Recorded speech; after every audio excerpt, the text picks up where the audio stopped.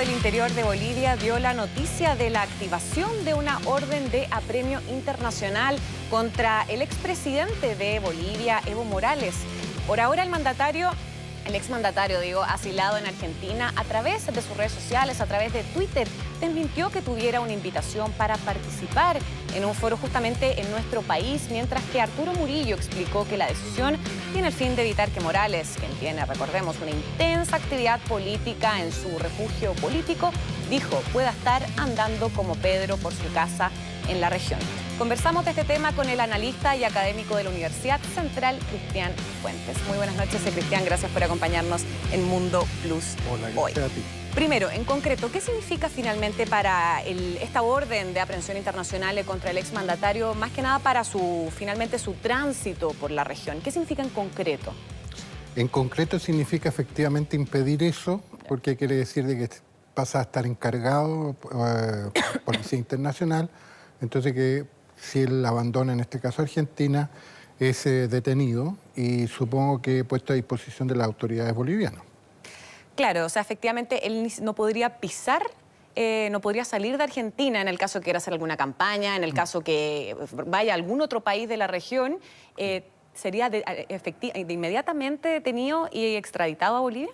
Bueno, y enfrentaría también, obviamente, la justicia y los cargos que le imputan por la Fiscalía Boliviana. Sí, ahí yo no tengo claro cuál es el procedimiento legal, porque tampoco es llegar y emitir una orden de este tipo, digamos, no tiene que tener una causa en Bolivia abierta y una serie de declaraciones como que está en fuga, qué sé yo, etc.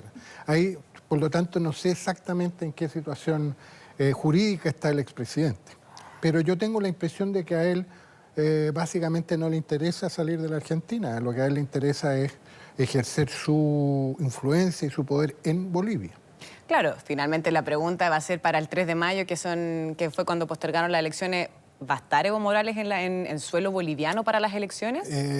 Yo tengo la impresión que no, que su plan es otro, que su plan es efectivamente digitar desde Argentina la campaña del MAS.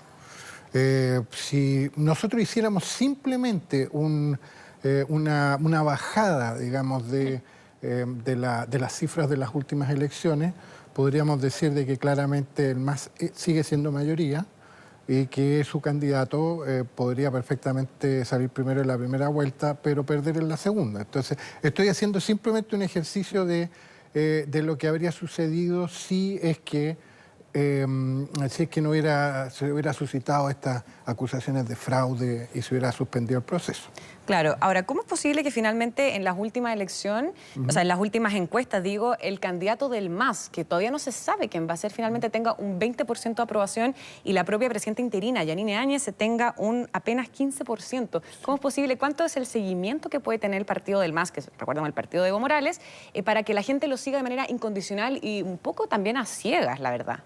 La verdad es que el MAS efectivamente es una fuerza con mucho arraigo en Bolivia, mucho arraigo popular en Bolivia. Hay que recordar que gobernó, ¿cuánto?, 14 años, ganando elecciones. O sea, Evo Morales no era un dictador, digamos, ¿no? Ganaba elecciones y había podríamos decir que esa democracia tenía algunos problemas, pero que básicamente seguía... Claro, la ganaba en las urnas. Pero ganaba en las urnas, claro. Entonces... simplemente, como decía yo, se está repitiendo lo que cualquier observador puede digamos, constatar. Claro. Y la señora Áñez no representa a un partido, una fuerza política que sea mayoritaria en Bolivia. Lo que pasa es que la oposición junta es mayoría. ¿No? Entonces es mayoría y lo más probable es que en una segunda vuelta con candidato único pueda ganar las próximas presidenciales. Claro, ahora el ministro del Interior de Bolivia, Arturo Murillo, además anunció la detención de una mujer que estaba intentando cruzar a Argentina, pero lo estaba tratando de hacer con $100.000 en efectivo, y es justamente una mujer que es muy cercana al exministro, obviamente cercano también de Evo Morales, Juan Ramón Quintana, quien además estuvo muy cuestionado. ¿Podría finalmente este dinero ser para la campaña del MAS operada desde Argentina? Podría ser, pero bueno, no sé tampoco cuáles son qué fue lo que sucedió allí, pero claro que podría ser Pero ¿cómo se está financiando finalmente la campaña de Claro, de pero Evo? pasar dinero de Del MAS, Bolivia a Argentina es poco lógico, debería ser al revés. Pero ¿no? para Porque armar la campaña eventos justamente en tierra argentina, en territorio Sí, argentino. bueno, sí, puede ser, pero no, eso yo no tengo mayores antecedentes. Ya, perfecto. Y finalmente, Evo está haciendo campaña, de todas formas, en Argentina, pese a que le dijeron que no podía entregar declaraciones políticas sobre su país, sobre la crisis económica, política y social de su país. ¿Esto podría afectar finalmente las relaciones bilaterales entre Argentina y Bolivia? Puede afectarla, sí. Efectivamente, Evo Morales está solicitando refugio en la Argentina. Y cuando eso sucede, por cierto, el gobierno argentino en este caso tendría el pleno derecho a decirle al expresidente Morales que no hable, ¿no? Que se mantenga en silencio. Pero ante la pregunta, yo creo que sí puede dañar. De hecho, están dañadas las relaciones entre los dos gobiernos, digamos. Aunque creo que tampoco ninguno de los dos quiere escalar en esas malas relaciones, sino que al contrario. Y se está esperando además que se regularice la situación política en Bolivia, porque recordemos de que no hay, para la Argentina no reconoce a Áñez como presidenta. Entonces ahí hay una situación, digamos, un impasse, ¿ah? Pero cuando se produzcan las elecciones y hay efectivamente un presidente o una presidenta electa, la idea es retomar las relaciones y son dos países, digamos, vecinos y dos países que tienen aparte de ser vecinos, tienen un acercamiento muy grande, digamos, ¿no? Claro. Además, también el gobierno interino de Bolivia anunció que decidieron investigar a cerca de 600 autoridades del mandato justamente del expresidente Evo Morales, justamente por sospechas de corrupción. Claro. ¿Esto podría finalmente complicar aún más el panorama a nivel diplomático de Evo? Podría, sí. También yo quiero recordar de que Bolivia era uno de los países más corruptos del mundo antes de Evo Morales y que eso cambió sustantivamente. Digamos, esto no es que lo diga yo, sino que los informes internacionales y todo eso así lo demuestran. Y esto forma parte, digamos, del enfrentamiento político que existe dentro de Bolivia, ¿no? Ahora las investigaciones son... tiene todo el derecho, digamos, la justicia boliviana a hacerlo, ¿no? Pero tengo la impresión de que es más bien un arma política. Claro.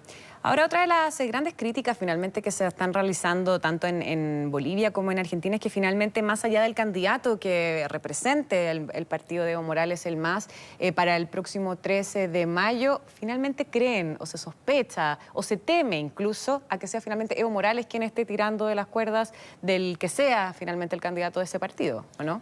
Bueno, algo de eso va a haber porque efectivamente ahí el líder es Evo Morales. Ahora también responde esto a una relación inteligente, digamos, en ese sentido. Y viene una nueva, por cierto, viene una nueva generación en el MAS, una nueva generación política, y eso verá cómo la estructura de ese movimiento procesa ese recambio generacional para, en todo caso, darle proyección al MAS, porque como decía antes, aunque pierda la segunda vuelta, va a seguir siendo un partido muy importante y yo creo, digamos, que sigue siendo el partido más importante de Bolivia. Y ahí se podría posicionar esta figura de este joven dirigente boliviano, Andrónico Rodríguez, Por ejemplo, que es como finalmente el seguidor un poco del fin, decían, de Evo Morales. Por ejemplo, esa es una posibilidad.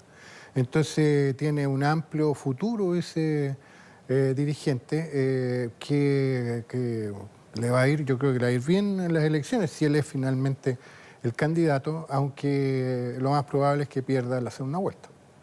También tiene que ver por cierto, con lo que haga la oposición, porque la oposición, como decía, es una oposición dividida, fragmentada, etc. ¿Y sigue tan fragmentada a 2 meses? ¿De que se formó este gobierno interino de Yanine Áñez? Sí. ¿O ha logrado manejarse un poco más? Sí, se ha manejado mejor, digamos, porque está en el gobierno, está ejerciendo, digamos, la presidencia. Pero ahí hay visiones, digamos, absolutamente distintas. O sea, Carlos Mesa con los líderes de la Media Luna no tiene nada que ver, digamos, ¿no? O sea, con el oriente boliviano. Hay otras organizaciones evangélicas, por ejemplo, que apoyan otros candidatos. o no tiene nada que ver o tiene muy poco que ver. Entonces, ahí tendrá que haber algún tipo de gobernabilidad, de construir una nueva gobernabilidad en Bolivia, y eso está recién partiendo. Claro, sin duda vamos a ver qué pasa el 3 de mayo. Ahora, para movernos rapidito, en la región también para irnos a Venezuela un poco, ¿qué se espera finalmente con estas próximas 3 jornadas de manifestaciones, de convocatoria por parte de la oposición? ¿Qué se espera lograr finalmente? ¿Retomar la iniciativa por parte de la oposición, que ha estado bastante apagada? La figura de Juan Guaidó ya no es la misma, con la misma fuerza con la que fue hace justamente un año. Bueno, está dividida la oposición venezolana. El espectáculo que se dio hace unos días atrás entre los dos presidentes de la Asamblea Legislativa fue bastante lamentable. Pero hay una crisis institucional en Venezuela, yo diría que también es muy profunda, porque la Constitución venezolana le da todavía una serie de facultades a la Asamblea Legislativa. Y para eso, digamos, el gobierno tiene que preguntarle al Parlamento su opinión y tomar decisiones. Y eso está empantanado, digamos. Y con dos, como decía antes, con dos directivas la Asamblea Legislativa.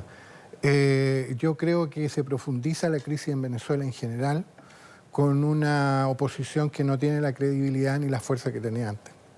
Perfecto. Ya para ir cerrando esta entrevista, ¿qué tan efectiva finalmente se ha hecho esta duplicidad de cargos? Tenemos un presidente, Juan Guaidó, encargado, que se declara como presidente de la Asamblea Nacional, pero también tenemos a esta figura de Luis Parra, que también se declara como presidente de la Asamblea Nacional. ¿Qué tan efectivo finalmente ha sido este dobles cargos que se han registrado durante un año completo en Venezuela?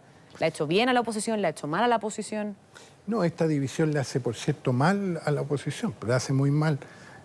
Pero Guaidó todavía tiene más fuerza, digamos, ¿no? Más poder. Pero la división, porque además a Parra es una parte de la oposición que lo apoya, y además están los diputados chavistas que volvieron a ocupar, digamos, sus curules en la Asamblea. Entonces, esta división no solo le hace mal a la oposición, le hace mal a Venezuela en general. Como decía, se profundiza la crisis política y se sigue, digamos, en un túnel donde no se ve muy bien la luz al final, digamos, ¿no? Es verdad. Bueno, muchas gracias, Cristian Fuentes, por este repaso de la región que hicimos de Latinoamérica. Muchas gracias. Muy buenas noches.